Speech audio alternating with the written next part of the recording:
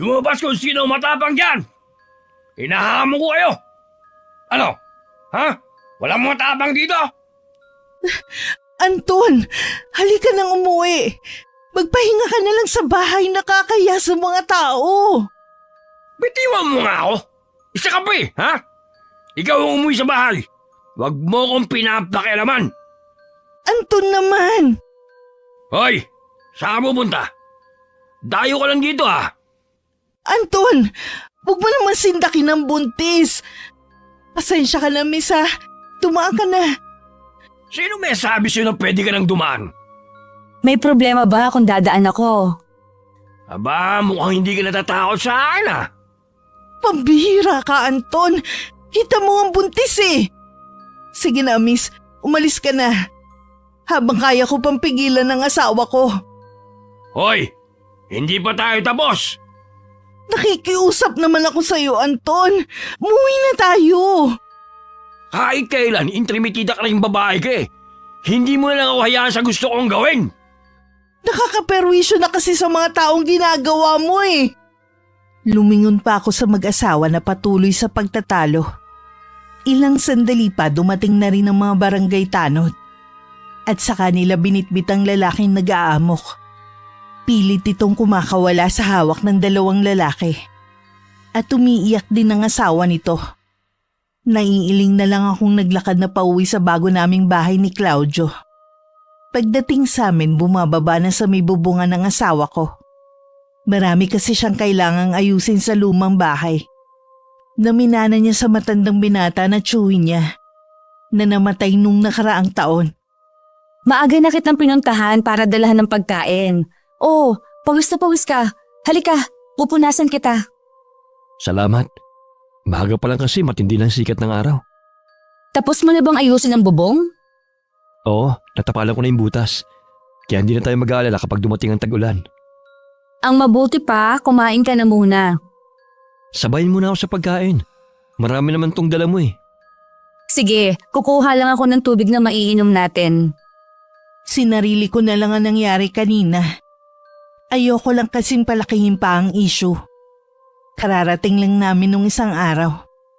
Galing pa kami ng Maynila. Parehong call center ang trabaho namin ng asawa ko. Magkaiba nga lang ng kumpanya. Nung magpakasal kami, pareho kami nagdesisyon na tumigil na ako sa pagtatrabaho. At sa bahay na lang. Pareho na rin kasi kami may edad. At gusto na naming magkaroon ng anak. 4 na buwan na nun ang tiyan ko. Nang bigla naman nagsara ang kumpanyang pinapasukan ni Claudio. Kaya nagpasya na lang kaming umuwi sa probinsya nila dito sa Tarlac. Ano pa ba ang kailangan ayusin sa bahay ng tiyuhin mo para makalipat na tayo? Sa Lunes na kasi ang unang araw ng trabaho mo sa pinapasukan ng kuya mo. Aayusin ko lang yung mga lock sa bintana at pinto. May kalumaan na nga lang talaga ang buong bahay. Ayos lang yan. Pwede naman natin ipaayos ng unti-unti ang bahay Dito natin bubuuin ang pangarap nating pamilya. Araw ng Sabado nang makalipat kami sa bahay ng tiyuhin ni Claudio. Tinulungan din kami sa paghahakot ng gamit ng kapatid ng asawa ko, na si Kuya Boyet. Maging ang asawa nitong si Ate Michelle at nag-iisa nilang anak ay naroon din. Hindi nga lang tumutulong sa pagbubuhat ng mabibigat ang bilas ko. Dahil bawal dito. May edad na rin kasi sila noon ni Kuya Boyet na magkaanak. Sa pagkakaalam ko, nasa 34 na nun si Ate Michelle nang mabuntis. Mula nun humina na ang katawan niya at naging masasakitin pa. Kaya gustuhin man nilang sundan ang anak na si Kay. Nag-aalala naman si Kuya Boyet sa kalusugan ng asawa. Hindi ko rin tuloy maiwasan na mag-alala sa kalagayan ko. Mahigit 30 na rin kasi ko ngayon. Ang lalim yata ng iniisip mo Hindi mo ba gusto na nakalipat na tayo? Hindi naman tungkol sa bahay ang iniisip ko. Ano pala? Itong pagbubuntis ko. May nararamdaman ka ba? May sumasakit ba sa'yo? Wala naman. Naisip ko lang kasi yung nangyari kay Ate Michelle mula nung manganak siya. Hay, baka kasi maging katulad din niya ako kapag nakapanganak ako. Magkaiba naman kayo Sabi ni Kuya Boyet, noon pa raw talaga mahina na ang pangangatawan ni Ate Michelle. Ayaw na nga sana daw niya magbuntis to Kaya lang mapilit daw si ate. Kahit isang anak lang daw. Malungkot naman kasi kung wala silang anak. Kaya siguro kahit delikado, pinilit pa rin ni Ate Michelle na magbuntis. Basta ikaw, sundin mo lang yung mga bili ng doktor. At inumin mo ang mga vitamins na inirereseta sa'yo. Magiging maayos kayo ng anak natin. Oo naman, gusto ko yatang maging malusog ang magiging anak natin. Dumating ang araw ng Lunes. Maaga kong gumising para ipagluto ng almusal at babaunin ni Claudio. Habang nasa banyo pa siya, inilabas ko naman ang polo na isusuot niya para maplansya. Sakto namang palabas na siya ng banyo. Sumabay na rin ako sa pag-aalmusal niya.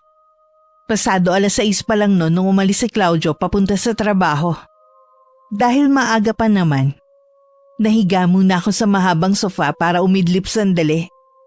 Nagising lang ako na makarinig ng pagtatalo sa kabilang bahay. Halos dikit na kasi ang pader namin. At yari lamang to sa tabla kaya naman dinig na dinig ang pag-aaway sa kabila. Hindi ko man gustong makinig. Sa lakas ng mga boses nila, hindi ko na rin maiwasan na makinig.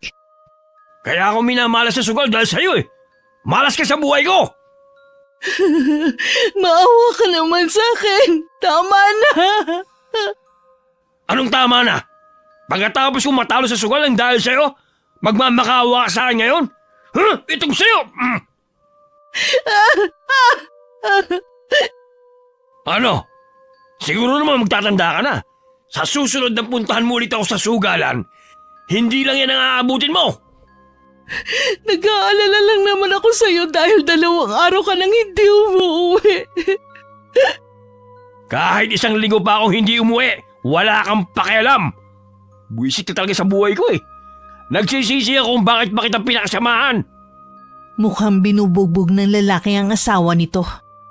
Kung pagbabasihan ng mga narinig ko, hindi ko maiwasang mahabag sa babae.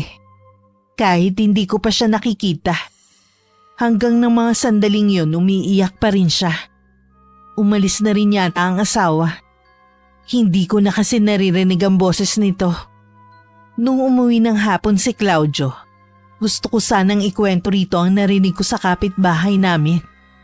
Pero halata sa kanya ang pagod. Kaya hindi ko na lang siya inabala sa pamamahinga niya. Sunod na umaga narinig ko na naman ang pagtatalo sa kabilang bahay. Minsan bumili ako sa may tindahan at narinig ko sa mga tambay doon. Nalasenggo nga raw at sugarol ang lalaki. Madalas daw nitong sakta ng asawa.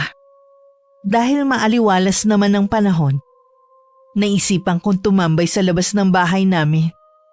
Noon din lumabas ang babae sa kabilang bahay. Hindi ko naitago ang pagkagulat ko nang makilala ko siya. Maging siya man ay ganun din ang reaksyon. Oh, dito ka pala nakatira, miss. Oo. Ilang araw pa lang kaming nakakalipat. Nung minsan nga nakita ko may ilaw sa sala, akala ko nga nagmumulto yung dating may-ari. Kaano-ano mo pala si Mang Ipe? Tiyuhin siya ng asawa ko. Sa kanya inihabili ng bahay na yan. Si Claudio ba ang tinutukoy mong asawa mo? Oo. Hindi na nga nakakapagtaka na sa kanya ipamana ang bahay na yan. Siya kasi ang paborito nitong pamangkin. Ay, oo nga pala. Ako si Marisa. Ako naman si Amor. Akala ng mga taga rito hindi na makakapag-asawa yan si Claudio. Wala kasi kami nababalitaan na nobya niya eh. Sa Maynila po kami nagkakilala. At doon na rin po kami nagpakasal. Iyan pa lang ba ang anak niyo ni Claudio? Oho. Ang ganda mong buntis. Baka babae magiging anak niyo. Swerte ni Claudio nakabingwit ng maganda. Salamat po sa papuri. Pasensya ka na pala nung nakaraan ha. Lasing lang kasi si Anton nun eh. Wala na po yun sa akin. Kalimutan na lang po natin yun. Una palang magaan na ang loob ko kay Ate Marisa. Tuwing wala ang asawa niya, malimit siyang dumayo sa akin para makipagkwentuhan. Kung ano-ano rin ang dinadala niya sa akin. Katulad ng araw na yun, may dala siyang sari-saring gulay. Sariling tanim daw niya yun sa garden niya. Marami naman daw kaya naisipan niyang dalhan ako. Ang dami mo naman pong dinalang gulay sa akin, ate. Mainam yan sa buntis para maging malusog ang baby mo. Naparami nga ang pitas ko sa talong eh. Kung bawal sa'yo, sa asawa mo na lang ipaulam ha? Bakit naman po bawal? Di ba sabi daw kapag kumain ng buntis ng talong magkakaroon daw ng malaking balat na itim sa muka? O sa ibang parte ng katawan ng sanggol? Hindi naman po ako naniniwala sa mga pamahiin sa pagbubuntis eh. Paborito ko nga po yan eh. Pareho pala tayong hindi masyadong mapamahiin kapag nagbubuntis. Nasaan nga po pala ang mga anak nyo? Ha? Nasa probinsya namin. Mga malalaki na rin. Mabuti po okay lang sa asawa ninyo na nasa probinsya ang mga anak ninyo. Oo naman. Mas maigi kasi ang buhay doon kaysa dito sa atin eh. Saan po ang probinsya ninyo, Ate Marisa? Kung hindi po ninyo mamasamain ang pagtatanong ko. Taga Borongan, Samar ako. Ho? Taga doon din po ako. Ang pagkakataon nga naman. Kaya pala una pa lang magana ang pakiramdam ko sa'yo. Saang barangay ka? Umuwi ka pa ba sa atin? Sa Barangay Baras po ako. Matagal na po akong hindi nakakauwi doon. Huling uwi ko po noong namatay ang lola ko. Na nagpalaki sa akin. 7 taon na po ang nakakalipas. Kami naman sa alang-alang. Malimit po siguro kayo umuwi para dalawin ang mga anak ninyo. Ha? Matagal na rin akong hindi nakakauwi. Siguro mahigit 10 taon na rin. Mahal kasi ang pamasahe. Hindi po ba ninyo namimiss ang mga anak ninyo? Syempre namimiss. Lagi ko naman silang tinatawagan Tsaka ayos lang sa kanila ang ganon. Parang hindi ako kumbinsido sa dahilan ni Ate Marisa kaya hindi siya nakakauwi sa kanila. Umiiwas din siya ng tingin sa akin. Kaya naman alam kong meron siyang tinatago. Hindi na rin ako nag-usisa pa. Baka kasi may malalim siyang dahilan kaya ayaw niyang pag-usapan. Mas maaga rin siyang nagpaalam na uuwi. Dahil kailangan pa daw niyang ipagluto ang asawa na uuwi naman sa tanghali. Nung dumating si Claudio, nagulat ito nang makita na marami kaming gulay sa lagayan. Saan galing yung mga gulay mo? Ibinigay yan ni Ate Marisa kanina.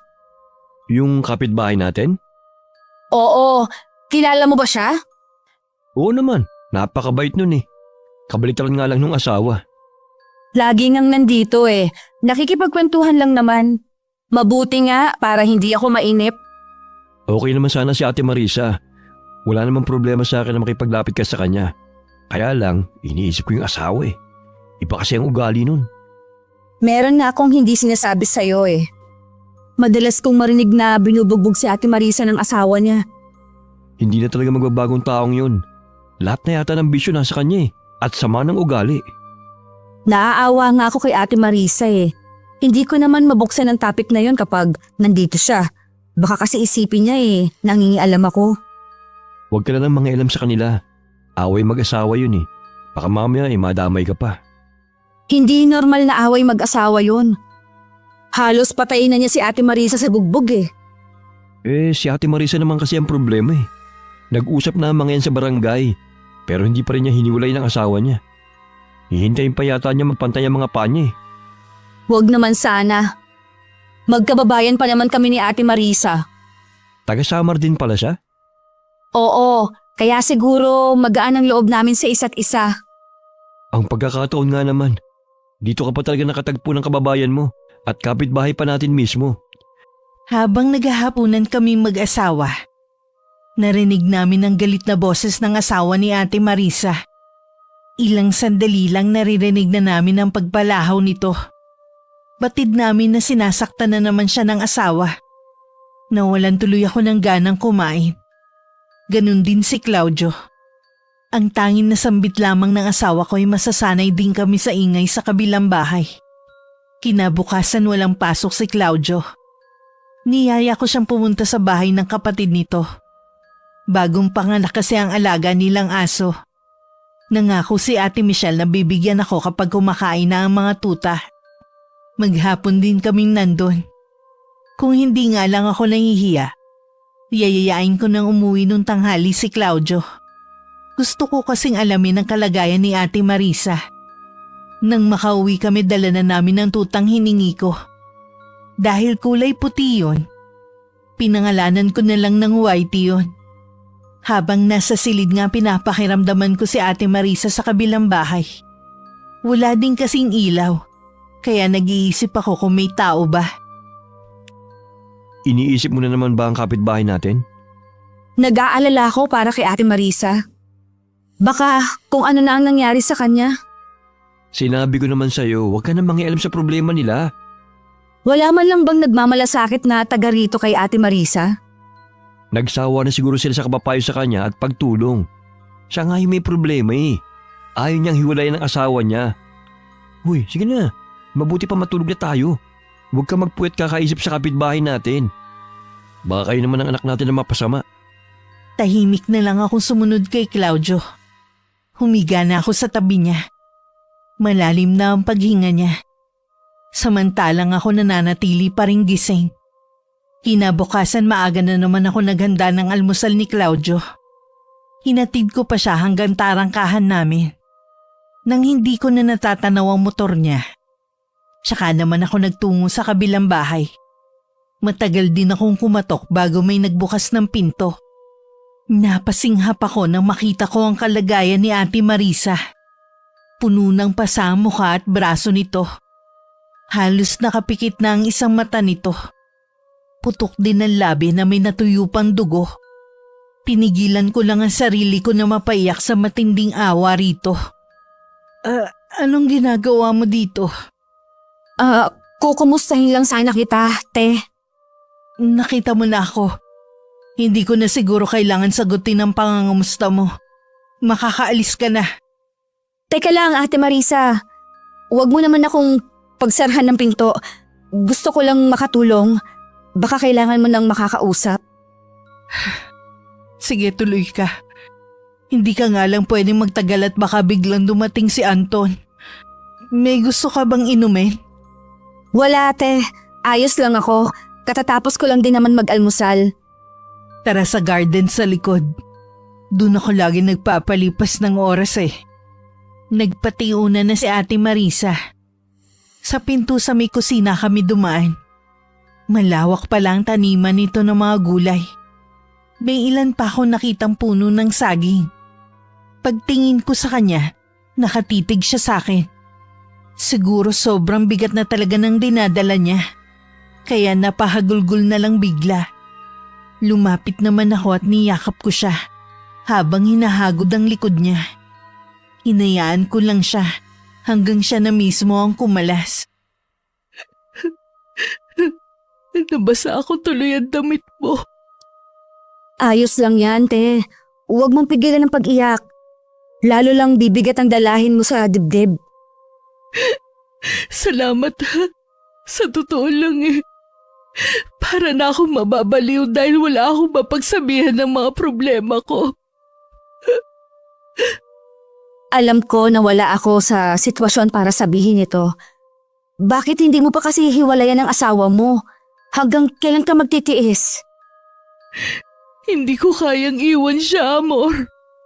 Ganun mo ba siya kamahal para tiisin na lang lahat ng pananakit niya sa'yo? Hindi mo ako maiintindihan. Sa totoo lang, ayokong intindihin ng mga katulad mo na hinahayaan lang na abusuhin ng mga asawa. Kasi nandiyan na si Anton. Narinig ko yung tunog ng motor niya. Kailangan mo lang umalis. Pumasok ulit kami sa loob. Pero nakita na namin ang asawa nito na malapit na sa may pinto. Mabilis akong pinapasok ni Ate Marisa sa isang kwarto. Binilinan pa niya ako na huwag gagawa ng anumang ingay. Inayos pa ni Ate Marisa ang sarili bago sinalubong ang asawa. Nasalubong na naman ng kilay. Kumusta ang lakad mo? Malas na naman. Bakit ba araw-araw na lang akong minamalas? Bumawi ka na lang sa susunod. Akin na yung perang tinatago mo dyan. Wala akong pera dito, Anton. Huwag ka nang magsinungaling. Nakausap ko si Aling Bebang. Malaki pa lang ibinayad niya sa'yo sa mga gulay na ibinenta mo sa kanya eh. Anton, pambayad kasi natin yun ng ilaw. Baka maputulan na tayo. Gumawa ka na lang ng paraan kung paano ka makakadiskarte ng pambayad sa lintik na ilaw na yan. Ibigay mo na sa akin sabi. Ano? Huwag mo nang hintayin na mapuno pa ako sa'yo.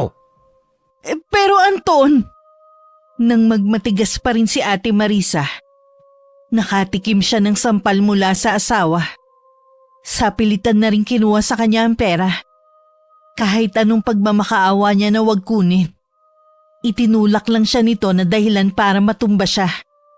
Tuluyan na rin nagalit ang lalaki.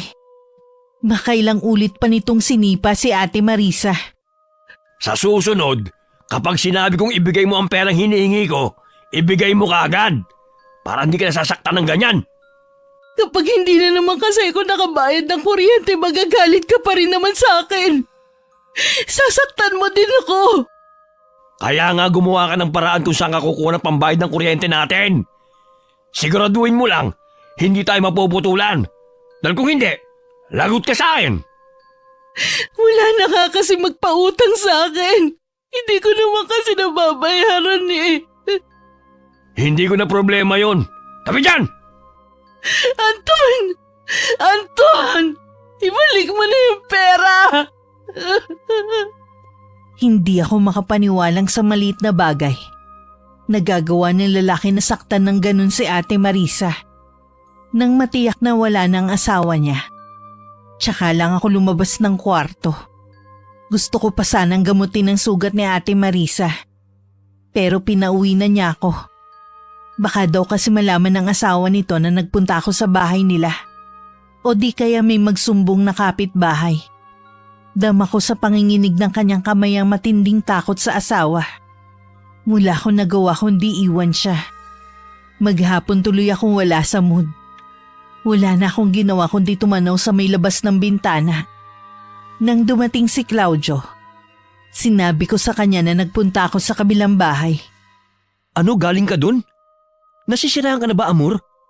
Paano kung nadatnan ka ni Mang Anton? Hindi mo alam kung paano magalit yun. Alam ko, dahil nakita mismo ng dalawang mata ko kung paano niya saktan si Ate Marisa.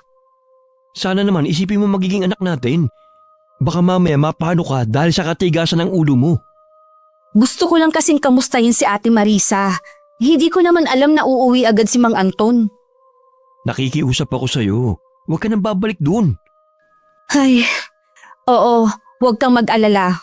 Hindi na ako pupunta sa kabilang bahay. Yun din naman ang gusto ni Ate Marisa eh. Habang abala kami ni Claudio sa mga gawain sa bahay, wala kasi itong pasok ng araw na yun. Narinig na lang namin ng komosyon sa kalsada. Parang meron nag-aamok. Bigla naman akong kinutuban na baka si Mang Anton yun. Malamang lasing na naman, kaya naghahamon na naman ang away. Naunang lumabas si Claudio, kasunod ako. Sa tapat ng gate namin nagwawala si Mang Anton. Ngumiti pa to nang nakakaloko nang makitang palapit ang asawa ko. Kakasa ka ba sa hamon ko, ha? Mga kababaryo, saan ang pusta nyo? Sa puti o sa pula? Nakikiusap po ako sa inyo, Mang Claudio.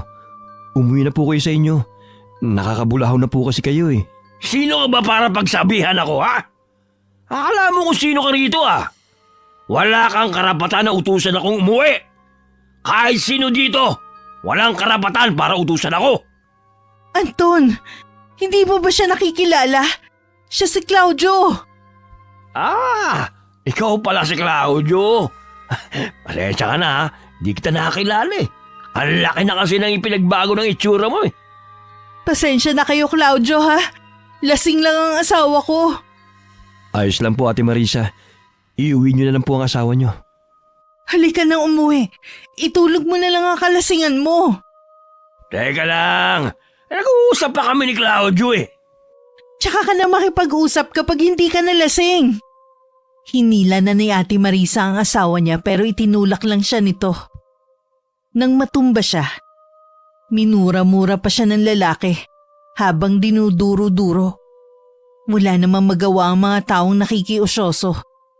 Tila sanay na ang mga to sa ganung eksena. Tumigil lang sa pagwawala si Mang Anton nang dumating ang mga barangay tanod. Sa pilitan nila itong pinauwi. Nung gabi maririnig na naman ang ginagawang pambubugbog ng lalaki kay Ate Marisa. Sa pagkakataong yun, mas matagal ang ginagawa nitong pananakit. Hindi ko matiis ang naririnig kong iyak at pagmamakaawa ni Ate Marisa. Kaya naman akma akong lalabas ng bahay namin nang pigilan ako sa braso ni Claudio. Saan ka sa tingin mo pupunta? Bitiwan mo ko! Sasaklolohan ko si Ate Marisa! Ano? Hindi ka pa talaga nag-iisip? Hindi pa sabi ko huwag kang manghialam sa away nilang mag-asawa? Ano?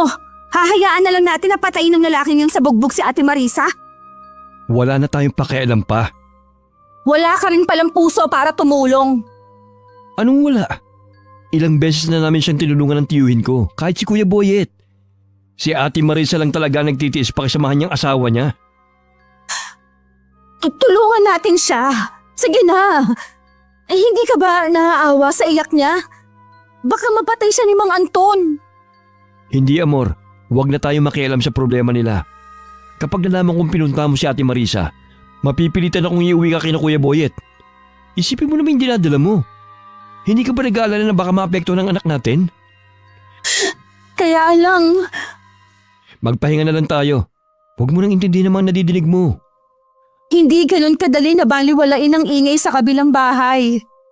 Bahala ka. Kung ayaw mo magpahinga, basta ako matutulog na ako at maaga pa ang pasok ko. Buong magdamag akong walang tulog. Pero maaga pa rin akong bumangon para ipagluto ng agahan si Claudio. Siguro naramdaman niyang nagtatampo pa rin ako sa kanya. Gusto mo bang ihatid muna kita sa bahay nila Kuya Boyet? Makipagkwentuhan ko muna kay Ate Michelle para hindi ka naiinip dito sa bahay. Dito na lang ako. Marami din naman akong gagawin dito sa bahay eh. O sige, pero huwag mo sana akong susuwayin ha. Para din yun sa ikabubuti mo. Oo, alam ko naman yon. Tsaka napag-isip-isip ko na tama ka. Baka malagay pa sa alanganin ng pagbubuntis ko kung masyado akong papaapekto sa nangyayari kay Ate Marisa. Mabuti naman natauhan ka agad. O paano, alis na ako ha. Ingat ka rito. Sahod ko mamaya. May gusto ko bang pasulubong? Kahit ano, alam mo naman kung anong paborito ko eh. Humalik pa si Claudio sa akin bago siya lumabas. Hanggang sa may pintuan lang ako. Siya na lang din ang nagbukas ng gate at nagsara nito. Pagkatapos ko magawa ang mga gawaing bahay, nilaro ko naman si Whitey. Pagsulyap ko sa orasan sa dingding, nakita ko malapit ng magtanghalian. Akma na sana akong pupunta sa kusina na marinig kong may tumatawag sa labas. Agad akong lumabas nang makilalang si Ate Marisa ang tumatawag sa akin. Pwede bang dito muna ako, amor? Si Anton kasi muntik na niya ako sunugin kanina. Mabuti na lang walang laman yung kahon ng posporo. Oo naman, te. Pasok ka muna. Kagabi pa nga ako nag-aalala sa'yo eh. Pasensya ka na ha. Wala na kasi akong alam na pwede kong lapitan eh. Tama lang na dito ka pumunta. Hayop talaga ang asawa mo. Ngayon lang naman nangyari na muntik na niya akong sunugin. Para siyang may sapi kanina. Ang mabuti pa, te, maligo ka na muna. Baka mapano ang balat mo sa gas. Magkasing katawan lang naman tayo eh. Kasya naman siguro ang damit ko sa'yo. Oo, salamat amor ha. Naglabas ako ng bagong tuwalya sa kabinet namin. Tsaka ko yun inabot sa kanya. Umiiyak pa rin siya nang pumasok sa banyo. Naghanda naman ako ng maiinom niya. At tinuloy ko na rin ang balak kong pagsasaing. Sigurado kasing wala pa rin kain si Ate Marisa. Ilang sandali lang lumabas na siya ng banyo. Yung duster ko muna ang pinasuot ko sa kanya. Hindi ko mapigilan na makaramdam na naman ng galit. Nang makita ko mga pasa niya sa buong katawan. Gusto mo bang pumunta tayo sa barangay para isumbong ang asawa mo? Huwag na. Lalo lang magagalit sa akin si Anton. Isa pa pag-aayusin lang naman kaming dalawa eh. Bakit hindi mo na lang iwan ang asawa mo? Umuwi ka na sa probinsya nyo. Kung inaalala mo lang ang pamasahe, bibigyan kita. Hindi na ako makakauwi sa amin. Wala na akong mukhang ihaharap sa kanila. Mas lalo ka nga nilang dadamayan dahil sa ginagawa ni Mang Anton na pananakit sa'yo. Hindi mo kasi ko naiintindihan. Isa lang ang nakikita kong dahilan kung bakit hindi mo magawang iwan ang asawa mo. Masyado mo siyang mahal, higit sa sarili mo. Hindi na uso ang martir sa panahon na yon. Ilang beses na niya akong pinagbantaan na papatayin kapag tinangka akong takasan siya. Baka totohanin niya yun kapag nahuli niya ako. Huwag kang matakot, tutulungan ka namin ni Claudio. Kahit makatakas ako kay Anton, wala na rin akong mapupuntahan. Hindi na rin ako makakauwi sa amin. Galit na galit sa akin ang pamilya ko.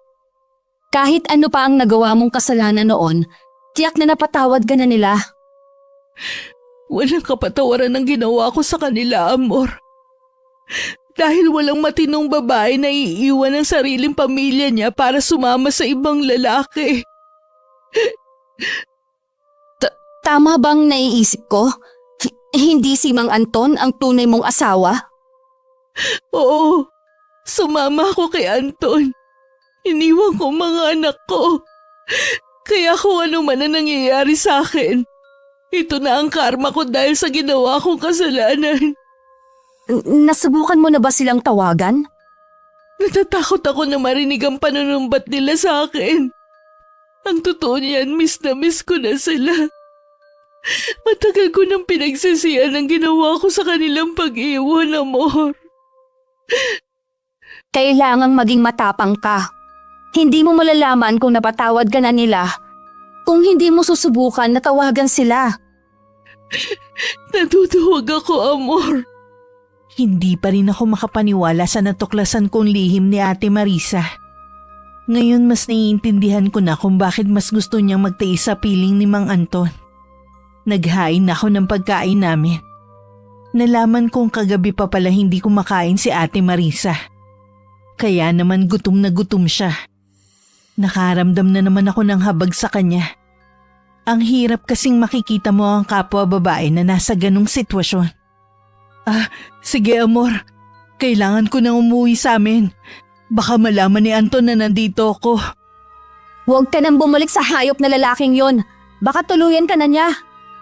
Kung sakali man na may mangyari sa akin masama, pwede mo bang tawagan ng pamilya ko? Sabihin mo sa mga anak ko na mahal ko sila. Ibibigay ko sa iyo ang numero ng anak ko. Bakit hindi ikaw ang tumawag sa kanila? Kung alam mo lang kung ilang beses kong sinubukan. Pero lagi akong pinangungunahan ng takot at iya. Ay, hindi pa rin kita pwedeng payagang umuwi sa inyo. Hindi mo kilala si Anton. Wala siyang sinasanto kahit babae ka pa. Ayoko may masamang mangyari sa inyo ng magiging anak mo nang dahil sa akin. Hindi ko mapapatawad ng sarili ko. Kapag kailangan mo ng tulong, nandito lang ako. Huwag kang magdadalawang isip na pumunta dito sa amin. Kanina pa balisa si Ate Marisa. Panay din ang silip niya sa labas ng bintana. Nakumbinsi ko rin siya sa huli na wag nang bumalik sa bahay nila. Sinabi kong may mga kakilala ko sa Maynila na pwedeng tumulong sa kanya para makahanap ng mapapasukang trabaho. Pareho pa kami nagulat sa malakas na kalampag ng gate at malalakas na sigaw ni Mang Anton. Kitang-kita naman ang takot sa anyo ni Ate Marisa. Ako na lang ang lumabas para harapin ang lalaki. Kayo po pala, Mang Anton. Ano po bang kailangan ninyo? Alam kong nandito si Marisa. Ilabas mo na siya. Wala po siya dito. Huwag mo na siyang itago. May nakakita sa kanya. Nandito siya pumunta kanina. Umalis na po kayo. Huwag kayong manggulo dito. Hindi ako manggugulo kung ilalabas mo lang ang asawa ko. Sinabi ko na nga wala siya dito eh. Talaga bang hindi mo ilalabas ang asawa ko? Ha? Ang kulit mo rin ano? Sinabi na wala rito ang asawa mo eh. Talagang ginagalit mo kung babae ka, ha? Bawal kayong pumasok dito! Trespassing kayo! Napatili ako ng sapilitang pumasok si Mang Anton. Hinarangan ko siya ng tangkay niyang pumasok sa loob ng bahay. Pero tinabig niya ako. Nang makapasok siya sa loob ng bahay, inisa-isa niyang buksan ang pinto ng kwarto.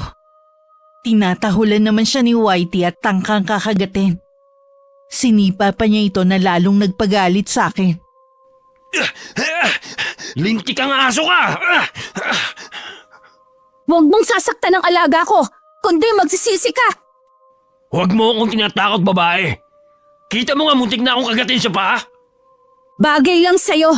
Dahil basta-basta ka lang pumapasok dito sa bahay ko na walang pahintulot. Hindi tayo hahantong sa ganito kung inilabas mo na yung asawa ko. Sinabi ko nang wala siya dito. Ang kulit mo. Irereklamo kita sa ginawa mong to. Ibahin mo ako sa mga taong kilala mo. Nagsisisi ang mga kumakalaban sa akin. Tandaan mo yan. Kahit saan tayo magkita, hindi ako natatakot sa'yo. Nakita mo nang wala dito ang asawa mo. Umalis ka na bago pa magdilim ang paningin ko. Sa tindi ng galit na nararamdaman ko ng mga sandaling yun, hindi ko na namalayan na kung ano-ano na pala ang lumalabas sa bibig ko. Hanggang lumabas na rin ito ng bahay nang hindi pa rin makita si Ate Marisa. Paglingon ko sa gate, malaki ang pagkakabukas nun. At naroon ng mga taong nakikiusyoso sa nangyari. Hinanap ko naman sa loob si Ate Marisa. Pero wala na ito sa kwarto.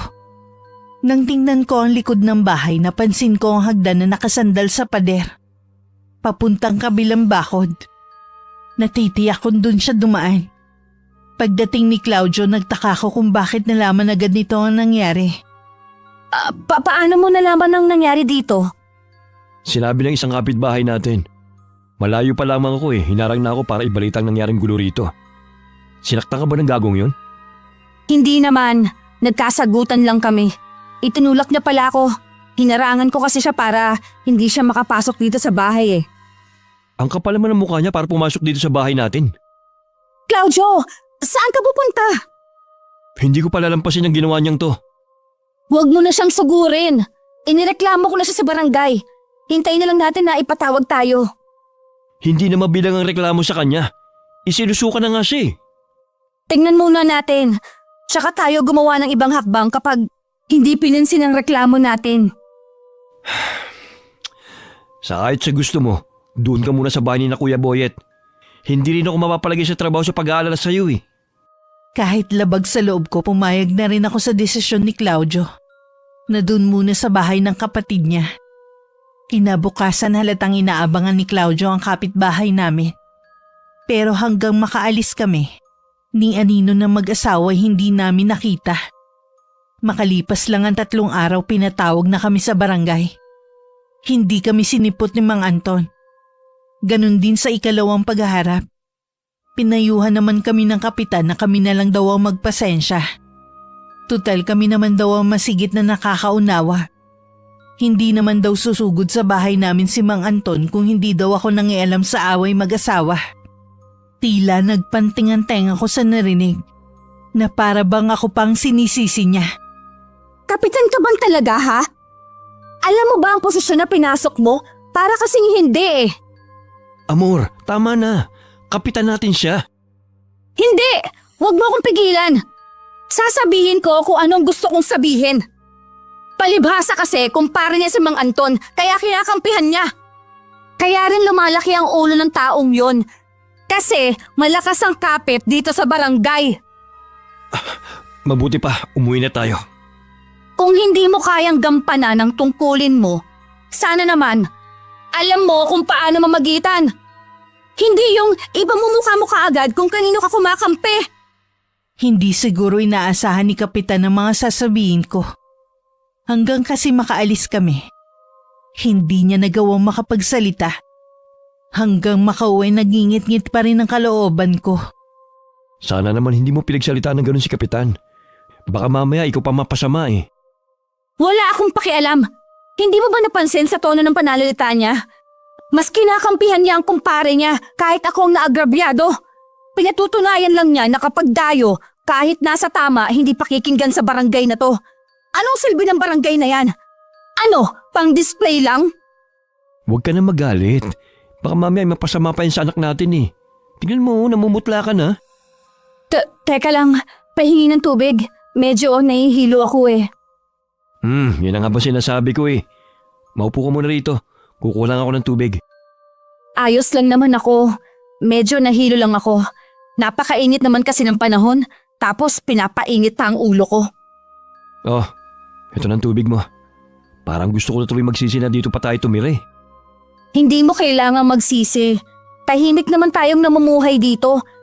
Itong kapitbahay lang natin talaga ang problema. Sa susunod na manggulo pa siya rito sa bahay, hindi ko na talaga palalampasin. Oras na may masamang mangyari dito sa dinadala ko, wala akong ibang sisisihin kundi siya. Huwag mong hayaan na maapektuhan ka ng taong yun. Ako na ang bahala kapag may ginawa pa siyang pamimeriwisyo dito sa atin. Sa ikatlong paghaharap sana namin ni Mang Anton sa barangay, hindi na rin kami sumipot. Wala rin naman kasing mangyayari. Umalat din ang balita sa barangay namin ang tungkol sa ginawa kong pagsagot kay Kapitan. May iba na pumanig sa akin. Meron din namang hindi natuwa. Habang nasa bahay ako ni na Ate Michelle, nagkaroon ako ng pagkakataong tawagan ng numerong ibinigay ni Ate Marisa. Nakausap ko ang panganay na anak niya. At nalaman ko hanggang ng mga sandaling yun, hinihintay pa rin nila ang ina. Wala na daw silang galit sa ina, maging ang kanilang tatay. Ang tanging hiling na lamang nila'y makapiling ang ina.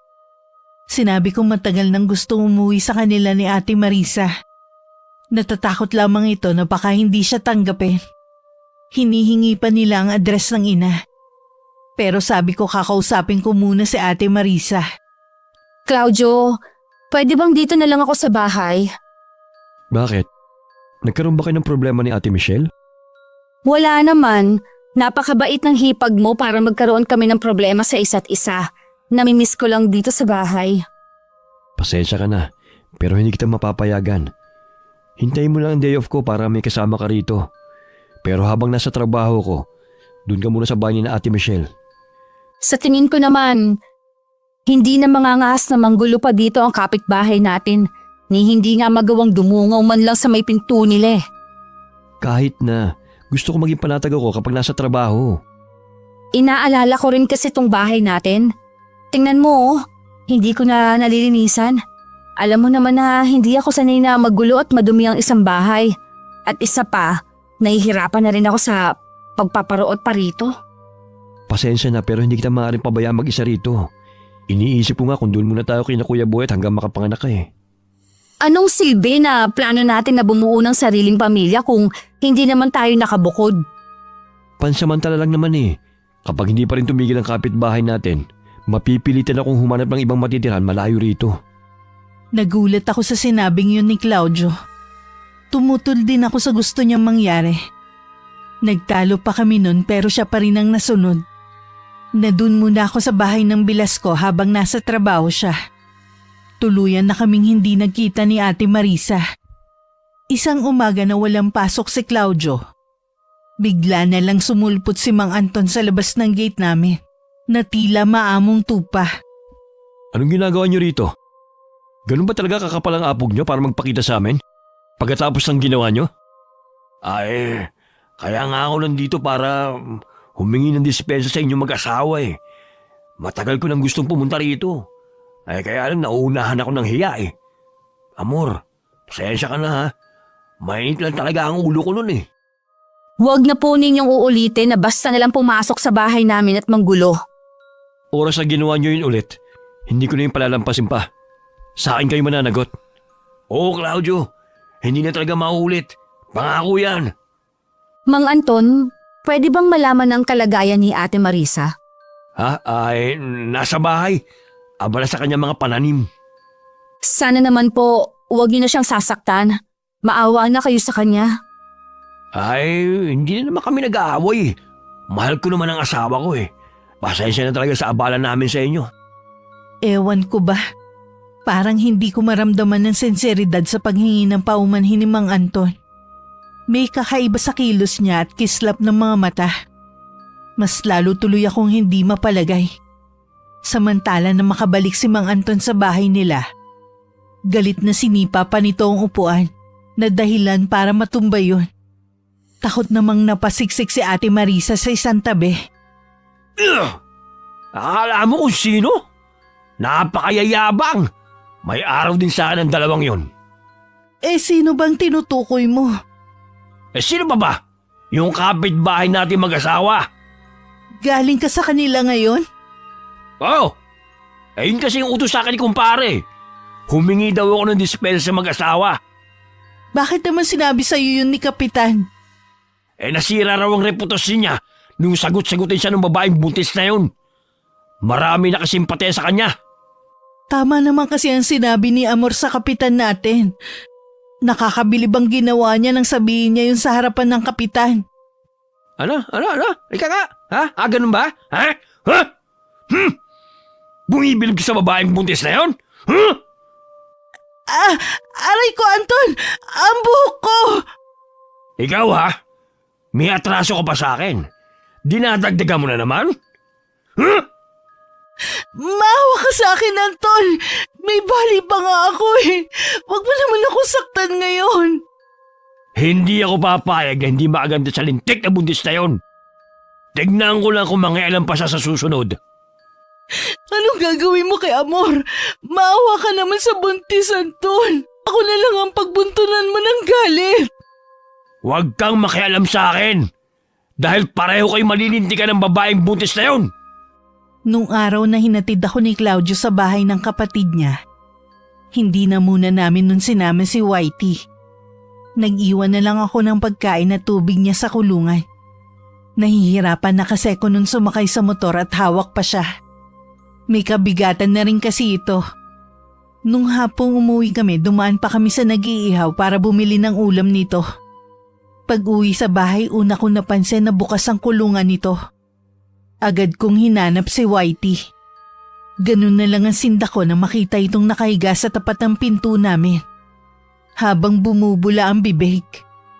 Nang lapitan ko siya, matigas na ito. At dilat ang mga mata. Nangangatal ang buong katawan ko sa matinding galit. Nasisiguro ko kasi na sinadya ang pagkamatay nito. Natitiyak kong nilaso ng alaga natin, Claudio. Wala ngang dudang nalason siya. Pero sino naman kayang gagawa nito kay Whitney? Pati ba naman aso na walang kalaban-laban ay pagtitripan pa? Sino ba bang gagawa kundi ang demonyo nating kapitbahay? Sabi na nga be, kaduda-duda yung paghingi niya ng dispensa sa atin. Wala tayong ebidensya kung siya nga ba talaga may kagagawan. Madali niya tayo mababaliktad. Siya lang naman may matinding galit sa atin eh. Paano mo may papaliwanag na nakalabas ng kulungan ng alaga natin, ha? Tapos may naiwan pang kapiraso ng karne sa tabi niya. Sadya talagang nilaso ng alaga natin at saka iniwan mismo sa harap ng pinto natin. Kung siya nga, dapat mas mag-ingat tayo. Baka ikaw naman ang gawan niya ng masama. Gawin niya lang. Bigyan niya ako ng dahilan. Matinding galit ang nararamdaman ko ng mga oras na yun. Kitang-kita yun sa pananalim ng mga mata ko. Nang sumunod na araw pagkahatid sa akin ni Claudio, nagpaalam naman ako sa bilas ko na may kailangan lang bilhin na gamot para sa pagbubuntis ko. Wala siyang kaalam-alam na babalik ako sa bahay namin.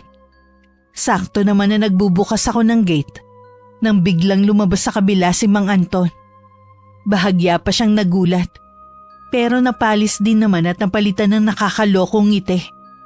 Sigurado na ako na ikaw ang lumason sa alaga naming aso. Hoy babae, huwag mo nga ako pinagbibintangan, ha? Baka gusto mong ireklamo kita sa barangay. Mabuti pa nga, baka sakaling sumipot ka. Ang yabang mo talagang buntis ka, ha? Ikaw, matapang ka lang kapag wala si Claudio. Anong sabi mo? Itong tatandaan mo, malapit ka ng buminggo sa akin. Isang-isa na lang. Anton! Pumasok ka nga sa loob, Marisa. Huwag kang makialam dito. Maawa ka naman kay Amor. Buntis siya. Pabayaan mo na lang sila mag-asawa. Talaga bang wala kang gagawin kundi kampihan sila, ha? Wala naman akong kinakampihan eh. Ang akin lang, pabayaan mo na sila. Wala naman silang ginagawang masama. Sa lagay na yan, hindi mo pa sila kinakampihan? Pumasok sa loob. Doon tayo magtuos. Oo, papasok na. Noon ko lang ulit nakita si Ate Marisa. Mas marami na itong pasa at sugat sa katawan. Malaki rin ang ibinagsak ng katawan nito. Hinila ni Mang Anton ang asawa sa loob ng bahay. Alam kong may hindi magandang mangyayari kay Ate Marisa. Habang nasa loob ng bahay, dinig ko ang iyak niya at mga sigaw. Nang masilip ko na umalis na ang asawa niya, dali-dali akong pumunta sa kabilang bahay. Wala na akong pakialam kung may makakita man sa akin. Naabutan kong nakahandusay sa sahig si Ate Marisa. Ate Marisa! Gumising ka, ate! Amor, anong ginagawa mo rito? Baka dumating si Anton. Kaalis lang niya. Jack, mamaya pa siya uuwi. Hindi ka na dapat nagpunta rito. Tama ng pagtitiis mo. Iwan mo na siya. Maawa ka naman sa sarili mo. Bumalik ka na sa totoo mong pamilya. Wala na akong babalikan na pamilya. Alam mo yan. Hindi yan totoo. Matagal ka na nilang hinihintay. Napatawad ka na rin nila. Nakausap ko ang panganay mong si Archie. Totoo ba yan, Amor? Nakausap mo ang anak ko? Opo, te. Sige na, bumalik ka na sa kanila. Tutulungan kita. Ang mga anak ko, nasasabik na akong makita at mayakap kayo. Nang araw na yun isinama ko si Ate Marisa sa bahay ng bilas ko. Labis naman ang awa ni Ate Michelle na makita nito ang kalagayan niya. Magkatulong naming ginamot si Ate Marisa. Nakatulog pa nga ito dahil sa matinding sama ng pakiramdam. Nang dumating si Claudio, nagulat ito nung una. At parang nagalit sa ginawa ko. Pero nang makita nito ang kalagayan ni Ate Marisa, nahabag din siya sa babae. Magpapagaling lang siya tapos uuwi na rin sa kanila. Hindi naman kasi pwede na umuwi siya sa kanila na ganyan ang kalagayan. May nakakaalambang nandito si Ate Marisa? Hindi ako sigurado kung may nakakita na inilabas ko siya sa bahay nila. Ang mabuti pa, huwag na muna tayong bumalik sa bahay. Hahakutin ko na yung mga gamit natin. Pasensya ka na kung hindi ko sinunod ang sinabi mo na huwag nang mangialam sa kanila. Sobrang naaawa na kasi ako kay Ate Marisa eh. Bilang babae, hindi ko matiis na nahihirapan siya. Naiintindihan naman kita eh. Tama lang ang ginawa mo na tulungan siya. Salamat at naintindihan mo na rin ako. Hindi na ako isinama ni Claudio na bumalik sa bahay namin para kunin ang ilan naming gamit. Sakto nung kinakarga na niya sa motor ang mga nakuha niyang damit, nang lumabas si Mang Anton sa kabilang bahay. Mukhang naghahakot ka ng gamit ah. Oo, pansamantala na dun muna kami sa bahay ng kapatid ko. Baka kasi mapanak ang asawa ko nang wala sa oras.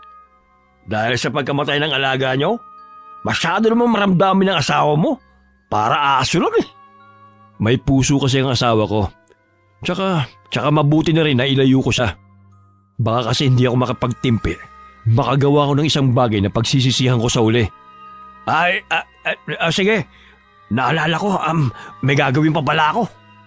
Nakakaramdam din pala ng takot si Mang Anton. Sa palagay ko sadyang duwag ito sa ibang tao. Kay Ate Marisa lang siya matapang dahil hindi ito lumalaban sa kanya. O di kaya kapag nakakainom. Ngayon ko lang din napagtanto. Matapang lang siya kapag alam niyang nasa tabi lang ang asawa. Ilang araw pa noon na masama ang pakiramdam ni Ate Marisa. Gusto sana namin siyang dalhin sa ospital. Pero ito mismo ang tumatanggi. Masyado ko na kayong naaabala. Simpleng trangkaso lang naman to eh. Huwag ka nga palang masyadong maglalalapit sa akin, baka mahawa ka. Huwag kang mag-alala, ate. Malakas ang resistensya ko. Hindi ako madaling mahawa. Salamat nga pala sa inyo ha. Mula nang nag-umpisang saktan ako ni Anton, ngayon lang meron tumulong sa akin. Madalas ayaw nilang mangialam. Ang mga taong yon, hindi alam ang salitang pakikipagkapwa-tao. Kung hindi ka dumating sa buhay ko, hindi pa ako makakakita ng pag-asa. Magpagaling ka, Ate Marisa, para makauwi ka na sa inyo. Huwag mong sayangin ang ibinigay sa iyong pagkakataon para makasama mo ulit ang pamilya mo. Oo, hindi ko sasayangin. Babawi ako sa kanila sa ilang taong kong pagkakawalay sa kanila. Ilalaan ko na sa kanila ang natitira ko pang taon sa mundo. Sa loob ng ilang araw nakikita kong pilit lumalaban si Ate Marisa. Determinado siyang gumaling agad. Natutuwa naman kami mag-asawa dahil unti-unti na siyang nakakabawi. Gusto na sana niyang bumiyahe na, pero hindi pa namin mapayagan. Gusto kasi namin tuluyan na siyang magaling bago umuwi sa kanila. Nag-aayos ako nun ng mga gamit. Nang takot na lumapit sa akin si Ate Marisa. Amor, nakita ko si Anton malapit dito sa bahay. Mukhang nagmamanman siya sa atin. Hindi kaya alam na niya na nandito ako. Hindi niya pa alam. Nagbabaka sakali lang yun na baka makita ka dito. Mabuti na lang hindi ka naglalabas ng bahay. Anong gagawin natin? Puro tayo babae dito, baka bigla niya tayong pasukin. Huwag kang matakot. May iba pang kamag-anak si Claudio sa paligid. Kung sakali man na may gawin siyang hindi maganda, makakahingi agad tayo ng tulong. Hindi katulad sa kabilang bahay. Walang pakialam ang mga tao dun. Palibhasa kasi yung mga tao doon kung hindi takot. Kampi kay Anton. Dahil siya ang lehitimong taga rito. Lalabasin ko lang siya, Ate Marisa. Ayoko kasi naaaligid-aligid siya dito sa bahay eh. Huwag ka na lumabas. Baka mamaya kung anong gawin niya sa'yo. Hindi naman ako takot sa kanya. Basta, dito ka lang. Amor! Pilit pa rin akong pinipigilan ni Ate Marisa. Pero mas nanaigang kagustuhan kong lumabas. Paglabas ko ng pinto agad kong natanaw si Mang Anton. Tinitigan ko siya at hinintay makalapit. Mukhang lasing ito dahil hindi tuwid ang lakad niya. Lalo ko napatunayan na tama ang hinala ko nang maamoy ko ang alak sa katawan niya. Ano na naman ba ang ginagawa mo dito? Hindi niyo ba talaga ako bibigyan ng katahimikan? Hanggat hindi mo nilalabas ang asawa ko, hindi ko ibibigay ang katahimikan na hinahanap mo. Mukha ba akong hanapan ng nawawalang asawa, ha? Bakit hindi mo kaya tanungin niyang sarili mo? Kung bakit nilayasan kayo ng asawa mo? Alam mo, kaya siya nagkaroon ng lakas ng loob na layasan ako dahil sa pansusulsul mo. Tarantado pala kayo eh. Ilang taon yun ang binubugbog si Ate Marisa? Sa tingin niyo kaya hindi pa siya matatauhan? Uy, kasalanan din naman niya kung bakit siya nasasaktan eh. Kahit ano pa ang dahilan, wala kayong karapatan na saktan si Ate Marisa. Hoy, huwag mo nga akong pangaralan tungkol sa mga karapatan na yan. Sa pagsasama namin, ako lang ang batas. Kaya ikaw, ilabas mo na ang asawa ko. May nakakita sa'yo na pumasok sa bahay namin nung araw na mawala si Marisa. Kaya ikaw lang ang pwedeng tumulong sa kanya. Ha? Pwes, hindi niyo na makikita ang asawa niyo. Wala na siya dito. Bumalik na siya sa totoo niyang pamilya. Anong ibig mo sabihin? Tuluyan ka nang iniwan ni Ate Marisa. Bumalik na siya sa pamilya niya. Huwag mo nga akong pinaglululoko, ha? Paano siya tatanggapin ng asawa niya? Iniputan niya sa ulo yun. Iniwanan niya ang mga anak niya para sa akin. Gago lang tatanggap sa kanya ulit. Tinanggap ulit siya ng pamilya niya. Gusto nilang makasama muli si Ate Marisa. Ganon ang tunay na pagmamahal. Handang magpatawad gaano man kalaki ang kasalanang nagawa ng isang tao. Hindi ako naniniwala sa'yo. Tumamig ka dyan! Marisa, alam ko nandyan ka. Uwi na tayo, mahal. Hindi ka ba talaga makaintindi, ha? Wala dito ang asawa mo. Kung doon sa kabila hindi ka natatakot magwala, ibahin mo dito. May mga malasakit ang tao dito. Ang nakakalokong ngiti sa labi ni Mang Anton ay biglang napalis. Nanalim din ng mga mata nito sa pagkakatitig sa akin. Hindi naman ako nagpatinag. Nang akala kong wala na siyang sasabihin, tatalikod na sana ako. Nang bigla siyang nagsalita na puno ng pagbabanta. Kung ayaw mong matulad sa alaga niyong aso ang asawa mo, Ilalabas mo si Marisa. Alam ko hindi pa siya nakakalis. Tama pala talaga ako. Ikaw ang lumason kay Whitey. Ganyan ang napapala ng mga katulad mong pakialamera. Wala kang karapatan na lasunin ang alaga namin. Wala siyang kinalaman sa away natin. Hayop ka talaga. Animal! Hoy, ganun din ang gagawin ko sa asawa mo. Oras na nakipagmatigasan ka sa akin. Huwag mo akong takutin. Hindi mo ako kilala. Bakit? Sino ka ba? Asawa ka lang naman ni Claudio. Dahil sa pagsigaw ko nakuha ko na ang atensyon ng mga kapitbahay namin. May ilan sa kanila itinaboy ang lalaki. May ilan pa na binantaan nito na huwag gagawa ng gulo doon. Dahil baka pagsisihan nito. Ang ilan sa mga nandun ay mga kamag-anak ni Claudio. Napilitan namang umalis na si Mang Anton. Nang makitang pinalibutan na siya ng mga taga roon. Kahit nagpupuyos ang kalooban ko, nagawa ko pa rin magpasalamat sa mga kapitbahay. Bago pumasok ulit sa bahay. Tama ang hinala ko na siya ang lumason sa alaga kong si Whitey. Patawarin mo ko, amor. Ilang beses ko siyang pinigilan na huwag idamay ang alaga niyong hayop. Pero pinagbuhatan lang niya ako ng kamay. Ngayon naman, gusto niyang saktan ng asawa ko. Punong-puno na talaga ako sa kanya. Kasalanan ko ang lahat ng to. Hindi sana kayo maghugulo ng ganito ng dahil sa akin. Habang pinagmamasdan ko ang pag-iyak ni Ate Marisa, isang malagim na balak naman ang pumasok sa isipan ko. May imbing ngiti pa ang gumuhit sa mga labi ko. Nung dumating si Claudio nung hapon, sinabi ko agad sa kanya ang nangyari. Naggalit naman ito at gustong sugurin si Mang Anton. Sinabi ko lang ito sa'yo para maging handa ka kung sakaling may gawin nga siyang hindi maganda. Bakit ko pa siya hihintay na mauna? Susugurin ko na siya sa kanila. Tapos ano?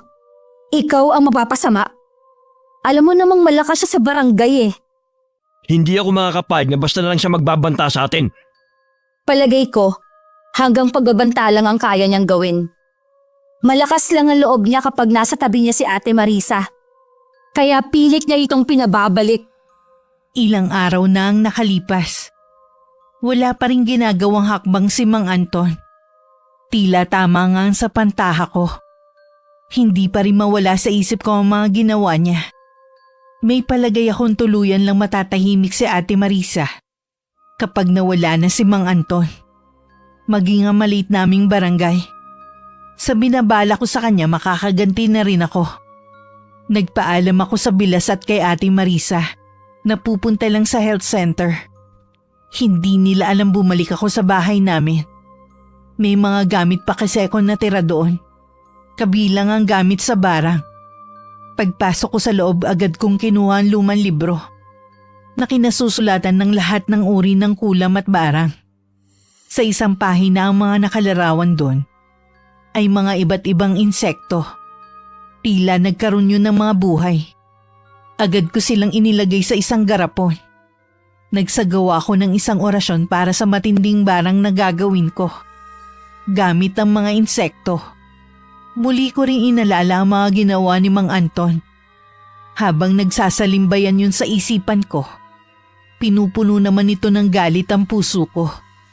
Umuwi na rin ako pagkatapos kong maisagawa ang plano ko. Pagdating ko sa bahay, nadatnan kong nandun na si Claudio. Ang aga mo namang umuwi ngayon. Nag-half day na lang talaga ako ngayon. Medyo masama kasi ang pakiramdam ko eh. Pumunta ka nga daw sa health center. Bakit parang ang tagal mo? Ha? Ay, dumaan pa kasi ako sa bahay natin. May kinuha lang akong ilang gamit doon. Kanina nga pala, nakasalubong ko si Mang Anton. Nakikiusap siya kung pwedeng ilabas na raw natin si Ate Marisa. Anong sinabi mo? Kako wala tayong kinalaman kung nasan si Ate Marisa. Kaya nagwala na naman. Pasensya na kayo ha. Pati kayo nadamay sa problema ko. Naisip ko na baka pwede kong kausapin si Anton bago ko umuwi sa amin. Huwag niyo na pong tangkay na lumapit sa taong yon. Baka kung ano pa ang gawin niya sa inyo. Kesa naman sa kayo ang ginugulo niya. Hanggang doon na lang po ang kaya niyang gawin. Hindi niya kami pwedeng saktan ng asawa ko. Tama po si Claudio. Ang intindihin niyo na lang ay yung paggaling ninyo. Naging tahimik naman ang mga sumunod na araw. Wala na rin kaming nabalitaan pa kay Mang Anton. Ako lang kasi nakakaalam sa totoong nangyayari dito ngayon. Pinayuhan ko din si Ate Marisa na pwede na siyang lumabas ng bahay para masikatan ng araw. Labis naman ang pagtataka nito sa akin. Kung inaalala po ninyo si Mang Anton, hindi na kayo noon guguluhin pa. Bakit mo naman nasabi yan? May nalalaman ka ba sa nangyayari sa kanya ngayon? Wala naman, naisip ko lang dahil ilang araw na siyang hindi nagpaparamdam. Baka sumuko na siya sa paghahanap sa inyo. Sa totoo lang kahit marami siyang ginawa sa akin na masama, hangad ko pa rin na magbago siya. Para din yun sa kanya. Ang mga katulad niya ay wala ng pag-asang magbago pa. Sagad na hanggang buto ang kasamaan niya. Kahit nangangamba, sinunod pa rin ni Ate Marisa ang payo ko na magpaaraw. Minsan magkasama kaming naglalakad sa tapat ng bahay namin. Wala na rin pakialam nun si Ate Marisa. Kung may makakita sa kanya at magsumbong kay Mang Anton. Ilang araw na lang naman aalis na siya. Amor, kapag umuwi ka sa atin, wag mong kalilimutan na dalawin ako ha. Gusto ko kasing makilala mo ang pamilya ko. Huwag ka mag-alala, ate. Hindi ko kakalimutang dalawin ka sa inyo kapag umuwi kami ng asawa ko. Alam mo, ngayon lang ako lumabas na may kumpiyansa sa sarili ko. Yun bang wala akong kinatatakutan? Hindi mo kailangang matakot pa. Wala nang mananakit sa'yo. Nang titigan ako ni Ate Marisa, umiwas naman ako ng tingin. Kinakabahan kasi ako na baka mabasa niya sa mga mata ko na meron akong tinatago. Habang nasa labas kami, isang kakilala ni Ate Marisa ang dumating. Nung una nangangamusta lang ito. Sa huli sinabi rin ito ang pakay. Ilang araw na raw may sakit si Mang Anton at walang nag-aalaga rito. Hanggang makaalis ang kakilala nito ay tulala pa rin siya. Nagulat na lang ako nang bigla siyang tumawa na para bang naloloka na. Halos maiyak na rin ito sa kakatawa. Kinakabahan ako sa'yo. Ano bang nakakatawa sa sinabi ng babaeng yun? Yung mismong sinabi niya tungkol kay Anton. Dumating na rin kasi ang karma niya. At tagal ko naghintay na maparusaan siya sa ginagawa niya. Akala ko pa naman, ako lang ang pinaparusaan dahil sa ginawa kong pag-iwan sa pamilya ko. Pero dumating na rin ang karma niya. Hahayaan na muna kita, ate. Alam ko matagal mo nang kinimkim ang ganyang damdamin dyan sa dibdib mo. Pasensya na ha. Hindi ko lang talaga mapigilan ang sarili ko. Nang kalmado na si Ate Marisa, hindi na rin ako nagulat nang sabihin niya na gusto niyang makita si Mang Anton sa huling pagkakataon. Gusto lang daw niya makita ang kalagayan nito. Hinayaan ko lang din siya sa gusto niyang gawin. Baka kasi yun na rin ang huling beses na magkikita sila ni Mang Anton. Nang dumating sa dating tirahan nila si Ate Marisa, nagkalat sa paligid ang iba't ibang klase ng basura. Mga plato at baso na hindi nahugasan. Tumuloy na siya sa dati nilang kwarto. Nadatnan nga niya doon ang asawa na nakahiga. Marisa, asawa ko. Mabuti dumating ka na. Sinong tumitingin sa'yo habang nakaratay ka? Minsan, dinadalahan ako ng pagkain ng mga pamangkin ko. Ngayon nandito ka na. Meron na mag-aalaga sa akin. Hindi ako nandito para alagaan ka. O bumalik dito sa bahay mo. Bakit? Bakit ka nandito kung hindi ka naman pala babalik? Gusto ko lang na makita ang kalagayan mo.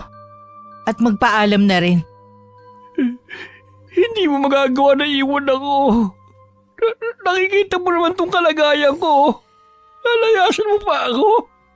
Bago ka pa namang magkasakit, nakaplano na kitang iwan. Hindi na magbabago ang isip ko. Nagmamakaawa ako sa iyo, Marisa. Huwag mo akong iwan.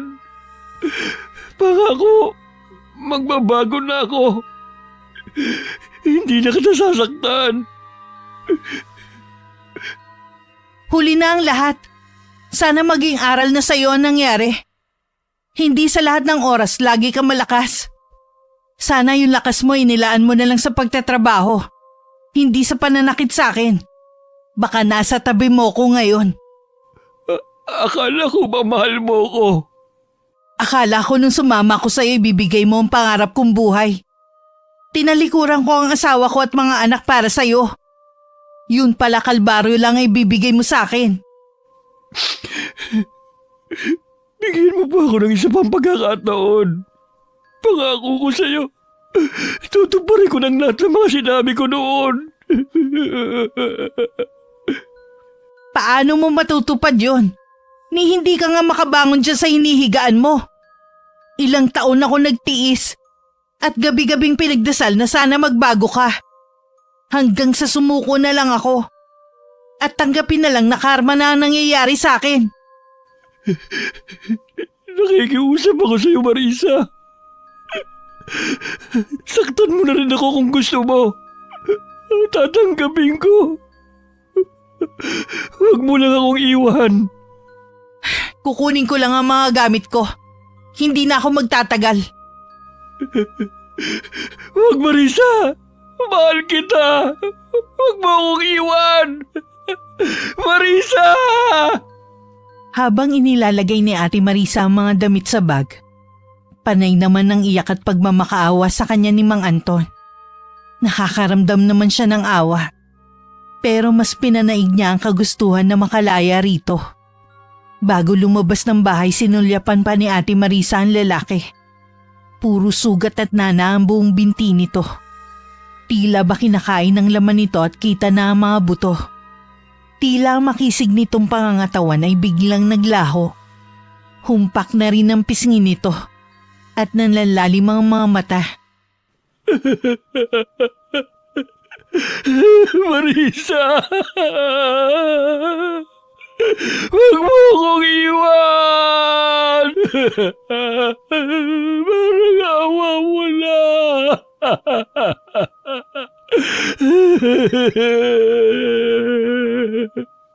Kung pinahalagahan mo lang sana ako, baka kahit nasa ganyan ka ng kalagayan, aalagaan pa rin kita. Parang batang pumapalahaw ng iyak si Mang Anton. Nang lumakad palabas ng bahay si Ate Marisa, walang lingon-likod na nilisan niya ang bahay.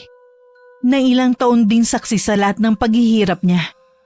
Pagdating sa amin, umiiyak na napayakap siya sa akin. Malaya na ako kay Anton. Hindi na niya ako masasaktan kahit kailan. Oo ate, sa wakas makakasama mo na ang pamilya mo. Paano kaya ako makakabayad sa ng utang na loob? Hindi ako naghihintay ng kapalit ate. Ang mahalaga sa akin, yung natulungan kita. Hindi ko makakalimutan ang lahat ng mga ginawa mong tulong sa akin habang nabubuhay ako. Kinabukasan na ang alis ni Ate Marisa. Kaya naman daw niyang bumiyahe ng mag-isa. Ibinigay ko na rin sa kanya ang baon niyang pera. Bakas naman ang pag-aalala sa mukha ni Claudio nang dumating galing trabaho. Kailan ang alis na Ate Marisa? Bukas ng tanghali, bakit? Sa tingin ko kailangan mas maaga nang umalis ni Ate Marisa. May kumakalat kasing balita dito sa lugar natin. Anong balita? May bumabarang daw kay Mang Anton. Iniisip ng kamag-anak niya, baka si Ate Marisa. Ang kikitid naman ng utak nila. Kung may alam si Ate Marisa sa barang, sana noon pa niya ginawa. Eh di sana tapos na ang problema niya. Ang payo sa akin ng kaibigan ko rito, paalisin na natin si Ate Marisa. Baka raw kasi dito sumugod ang mga kamag-anak ni Mang Anton. Agad kong kinausap si Ate Marisa. Kinabakasan din ito ng pag-aalala sa mga sinabi ko. Sa huli nagdesisyon kaming sa ibang lugar na lang siya magpalipas ng gabi. Habang hinihintay ang pag-alis niya. Tama naman ang asawa mo. Baka madamay pa kayo. Malamang tagagawa ni Mang Anton ang kumakalat na balita. Kahit ako kumbinsido na binabara nga si Anton, hindi pangkaraniwan ang sakit na dumapo sa kanya. Pero sino kaya ang gagawa nun sa kanya? Hindi naman nila kayang patunayan. Malinis ang konsensya ko. Karma na ang nangyayari sa kanya. Naging madamdamin ng paghihiwalay namin ni Ate Marisa. Sa maikling panahon kasi, naging malapit kami sa isa't isa. Pero masaya na rin ako na sa wakas. Makakabalik na rin siya sa totoo niyang pamilya. Ang asawa ko't si Kuya Boyet ang naghatid sa kanya sa bahay ng isang kaibigan. Nahanda ring tumulong sa mga kababaihang inaabuso. Mula doon sila na ang bahalang maghatid kay Ate Marisa sa sakayan. Salamat naman at tapos na ang problema ni Ate Marisa. Oo nga, matindi rin ang mga pinagdaanan niya. Siya nga pala, may balita ka ba kay Mang Anton? Dumalala na daw ang kalagayan niya. Hindi na rin tinangka ng pamilya na dalhin sa doktor. Hindi na rin daw kayang gamutin ng albularyo. Huli na daw ang lahat eh. Bara nga daw ang ginawa sa kanya. Punong-puno daw ng insekto ang loob ng tiyan nito.